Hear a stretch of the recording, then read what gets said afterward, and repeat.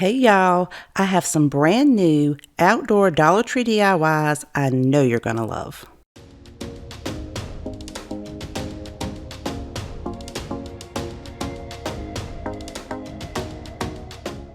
Right now, Dollar Tree has this gorgeous blue and white dinnerware. Right there when you walk in the door, it reminds me so much of the gorgeous fine china with the blue and white patterns. You're going to grab one of the coffee mugs and one of the small saucers. And these are simply gorgeous. You're also going to need 2 tumbling tower pieces to keep your coffee mug from rolling around on the saucer, and a permanent glue. I'm using E6000. First, you want to set your coffee mug with the handle up and see exactly where it touches the saucer. I decided to place mine where the white was so I could have most of the pattern of the saucer showing. Place a very generous amount of your permanent glue onto the coffee mug where it will meet the saucer. Set that in between your 2 tumbling tower pieces. Those again are going to keep your coffee mug from rolling around. And then take some painter's tape and place it on the inside of your mug and tape it down to the saucer to help get that permanent glue to seal to the saucer. I also added a full bottle of paint inside of the mug just to give it a little bit of weight and help push it down so that glue would seal. I let mine set overnight, and then you can remove your paint bottle as well as the painter's tape.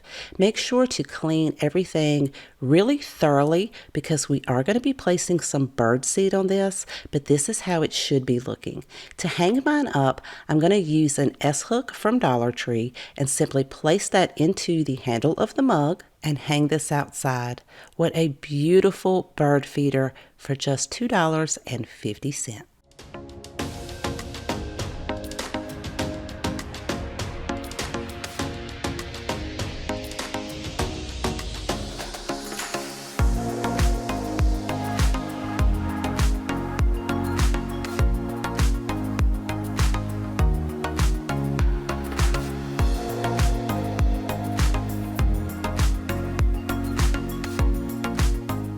For this project, you'll need one of Dollar Tree's glass bud vases. This one measures 2.56 inches by 9.17 inches, and that's the barcode if you need it. Once you remove the label, go ahead and give it a really good cleaning to make sure it is free of any dust or debris. Also make sure that it is thoroughly dry. We're going to be using one of Dollar Tree's scalloped plastic bowls. You can find this in their party section. Make sure to give it a thorough cleaning and dry as well. You'll need a disposable bowl, some Mod Podge, just depending on what sheen you want. I'm using a matte, and you'll need some food coloring. Pick the color of your choice, and depending on how dark you want your piece to be, will be how much food coloring you add. I want mine to have a darker tint, so I added a very generous amount of the blue food coloring, and I'm also using some disposable gloves just to make sure I don't get that food coloring on my skin. Blend it very thoroughly together, and then I'm applying this to the outside of the glass vase. You could apply this to the inside. However, sometimes Mod Podge will clump up, so I chose to do this on the outside so it would be easier for me to remove those clumps and then go over it with the brush again. If you choose to do it on the inside, you would want to make yours a little bit thinner so you'll be able to pour that on the inside and then pour the Mod Podge out and let it drain. I set that to the side and I'm going to let it dry, and I'm applying a coat to the inside of that plastic bowl.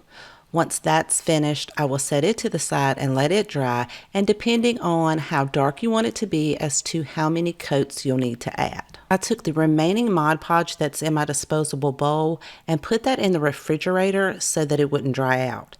This is how it looks after the first coat has completely dried, and see that Mod Podge did not dry out by placing it in the refrigerator.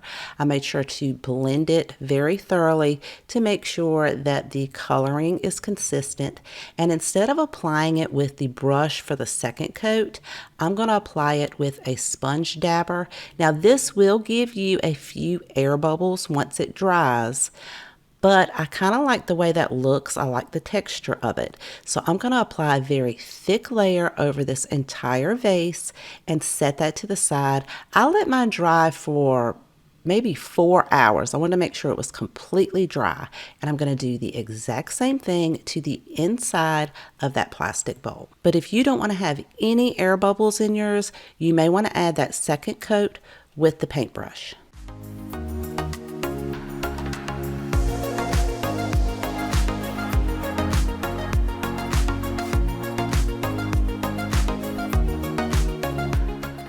This is a closer look at how those air bubbles look, but I am perfectly fine with that. Now, there are two different ways that you can do this. We are actually making a mushroom. So you could take a permanent glue like E6000 or super glue and apply that to the top rim of your vase and then set your bowl upside down. And you can use this in your garden or on your patio or in your walkway. Or you could take some Dollar Tree fairy lights, and I'm going to apply this to the inside of the vase just by wrapping it around my finger so it'll kind of curl up. You can place that in there, and the wire's pretty thin so you can bend it over.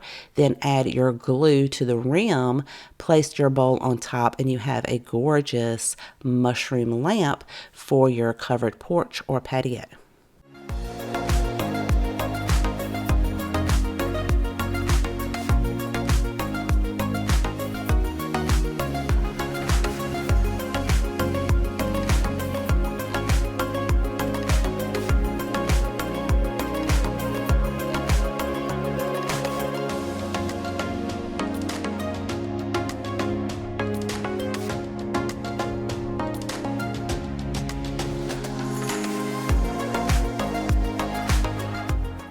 For this project, you'll need one of Dollar Tree's plastic watering stakes. They come in a variety of different colors. I chose the blue one. I know it looks a little bit purple on screen, but it is like a navy blue. Right where the bottom of the bulb is, we're going to take a pair of tin snips and cut that, but you could actually use some really heavy-duty sharp scissors because once I cut that with the tin snips, I straightened it up with my scissors. I also went over that with some sandpaper just to smooth it out to make sure that it wasn't really rough. Now we're going to take one of Dollar Tree's glass votive candle holders. They come in a pack of 4 for $1.25.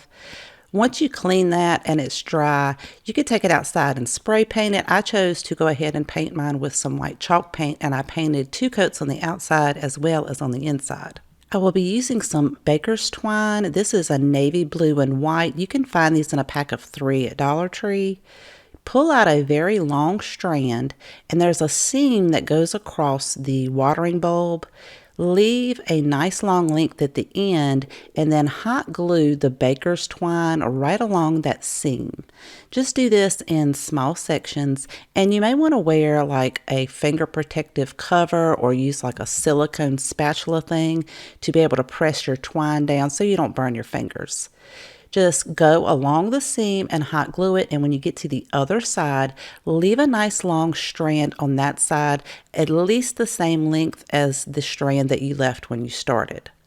So once you'll have that done, you'll go ahead and you're going to start on the opposite side and do the exact same thing. Again, you're going to leave a nice length at the end when you begin, and when you get to the other side, leave another length. So you'll have 4 strands of the baker's twine hanging down.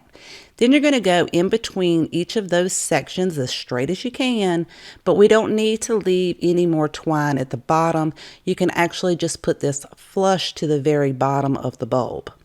Now, when you do the second section, I did cut a small little piece and created a knot at the bottom to create a loop.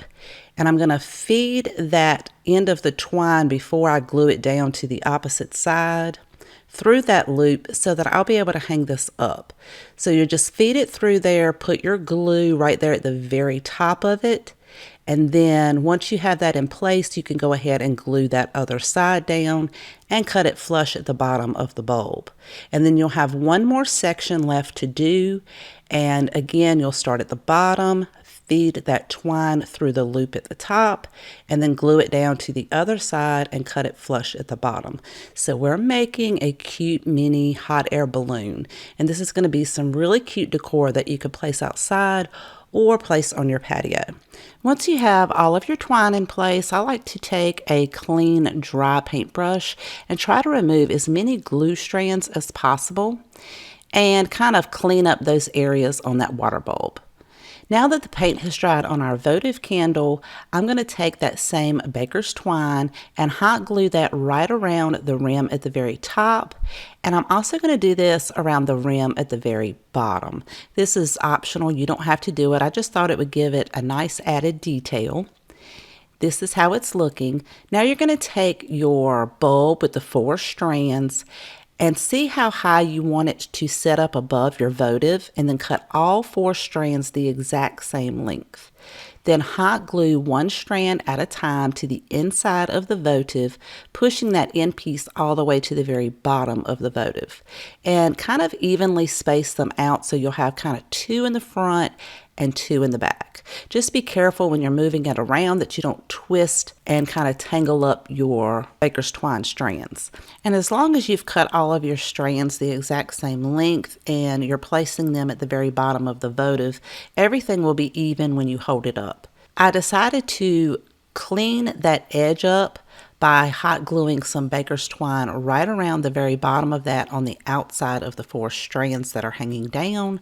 And I also decided to add some baker's twine on the inside rim of the votive to give it some extra support for the 4 strands that are holding that glass votive up. Make sure to clean all your glue strands up, and then I'm going to use a battery-operated LED votive candle. I would not put a real candle in here, just a battery operated one, and place that right inside of the votive.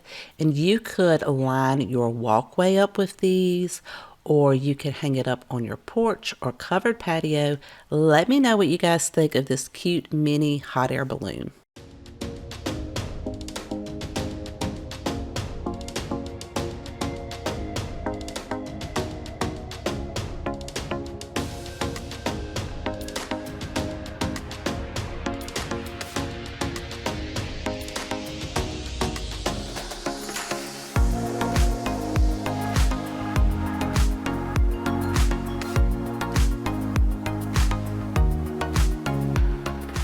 For our next project, we're using a Dollar Tree cake pan. I'm going to take a fine grit sandpaper and go over all of the places that I want to paint, just to scuff that up and help my paint adhere better.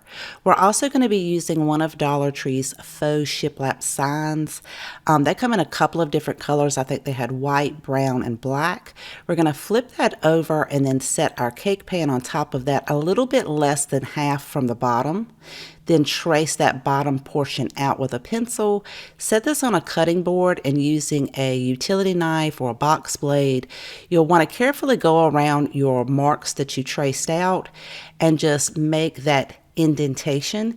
You'll do this maybe 5 or 6 times. You can actually cut all the way through this board, but I was a little bit impatient and decided I was going to try to break mine off.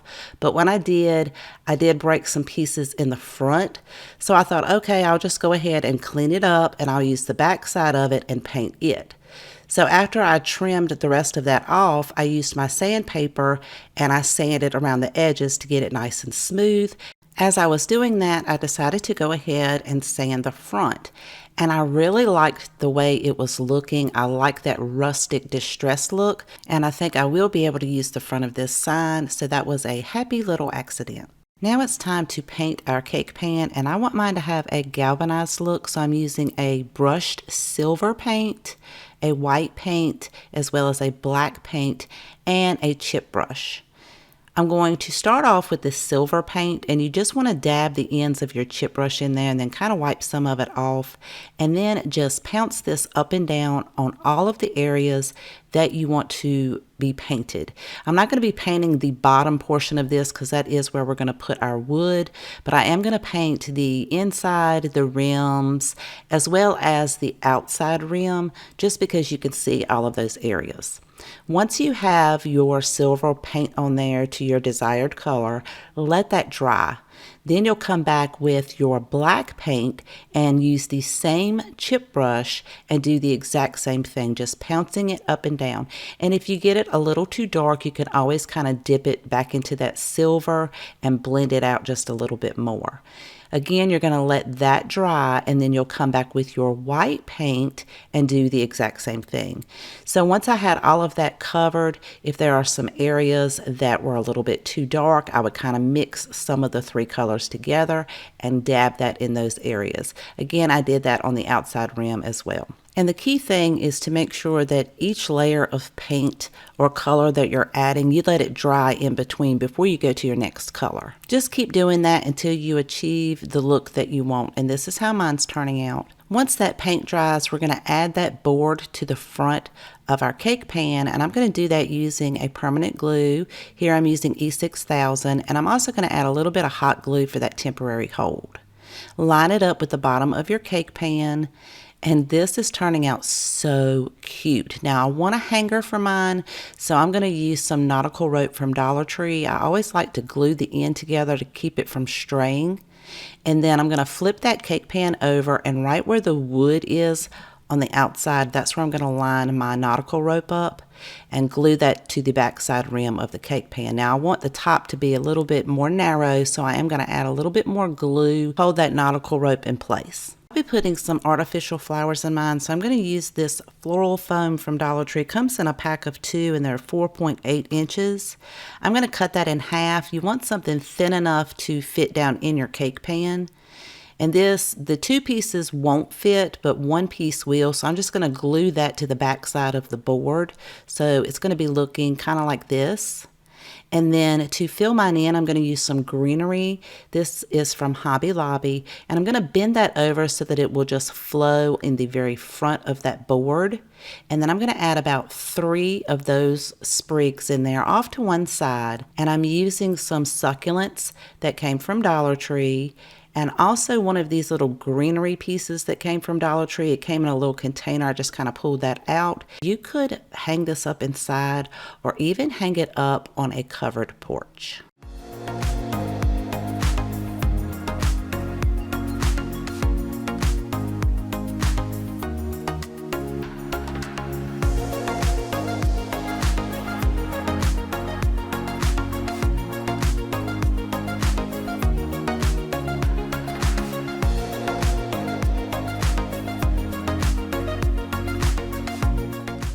I hope you enjoyed today's projects, and if you have a favorite, let me know in the comments section down below. I always love to know which one is your favorite. If you haven't subscribed already, I would love for you to click that subscribe button. Thank you so much for spending time with me today. Please take care, and I will see you guys next time.